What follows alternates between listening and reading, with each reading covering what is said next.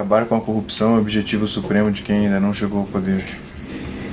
Você vai colocar na imprensa, né?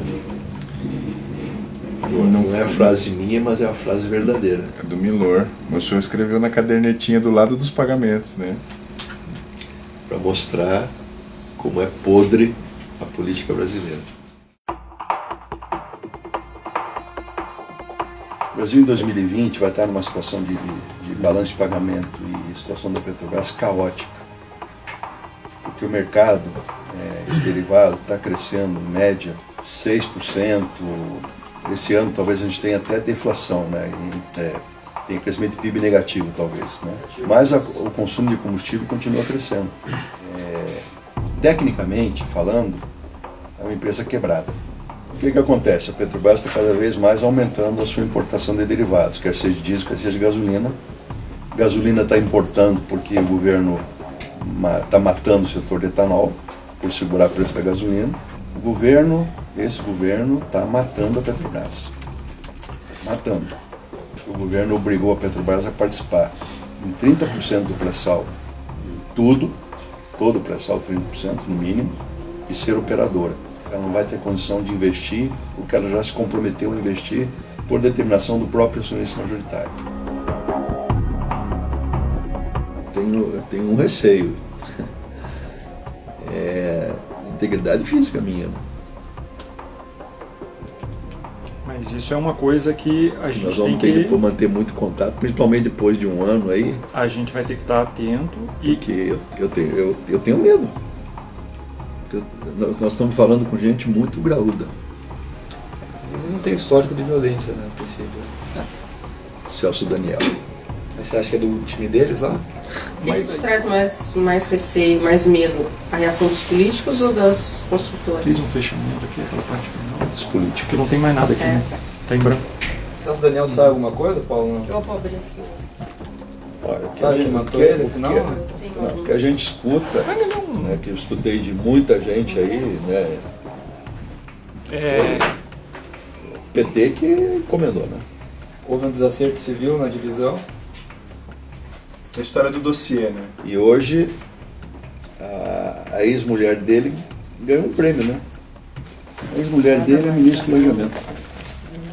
Miriam Belchior. De planejamento não entende nada. É ministro do Planejamento. A BR-101 aqui em Santa Catarina. Foi feita uma duplicação. Outro dia, eu ainda estava lá, cheio de problema lá. A Petrobras fornece o asfalto. E eu lá, diretor de abastecimento, toco o telefone. Acho que já era Casa Civil já. A ministra da Casa Civil liga para mim. Por que esse asfalto da Petrobras é tão ruim, não sei o que e tal? Tira da gravação isso aí. Por que esse asfalto da Petrobras é tão ruim? Eu falei, ministra, o asfalto da Petrobras não é ruim. O asfalto da Petrobras é o que está dentro da especificação. E ela tem mania de falar um pouco alto, né?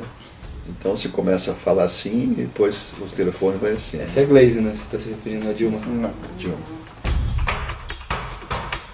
Em 2010, quando ela foi para ser candidata à presidência, assumiu no lugar dela o Guido Mantega, ministro da Fazenda. Um erro gravíssimo, do meu ponto de vista. Por quê? Como ministro da Fazenda, em nenhum momento ele se posicionou como conselheiro da Petrobras, porque o chapéu dele lá no conselho era ministro da Fazenda. E outro detalhe importante é que os demais conselheiros da iniciativa privada são omissos, pode colocar essa palavra aí, omissos na reunião de conselho, que normalmente são empresários e não querem ficar mal com o governo. Então o que o ministro fala lá é lei, ninguém questiona. Como se deu o processo de venda da refinaria São Lourenço pela Petrobras na Argentina? A Petrobras comprou uma empresa chamada Pérez Compan no ano de 2001. O presidente da Petrobras era o Felipe Rastul. E eu diria que essa compra foi tão desastrada quanto a compra de Passadino.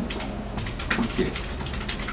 Essa empresa era uma enorme empresa da Argentina, uma das maiores na época, 2001, uma empresa privada, e que tinha ativos tanto na Argentina, quanto na Colômbia, quanto na Venezuela. Mas essa empresa, além de ter esses ativos, é uma empresa que tinha uma dívida muito alta. Então, se for olhar até hoje o que essa empresa deu de resultado positivo à Petrobras, vai ver que foi um mau negócio.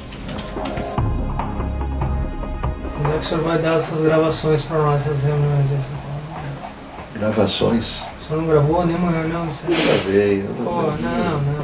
Nem imaginava que tivesse necessidade disso, O delegado. senhor vai ter que ficar mais tempo aí pensando, então, Não me faça isso, pelo amor de Deus. refletindo aí, onde é que Não. estão essas gravações aí. Essas gravações não existem, ninguém gravava isso aí. Imagina quem que ia gravar isso. Acho que tudo isso que nós estamos fazendo aqui de extremo valor. Agora, que jeito que nós vamos mudar nesse país é outra pergunta, né? Tem os paradigmas, né? Um dia os paradigmas se quebram, né? Tem que quebrar, né?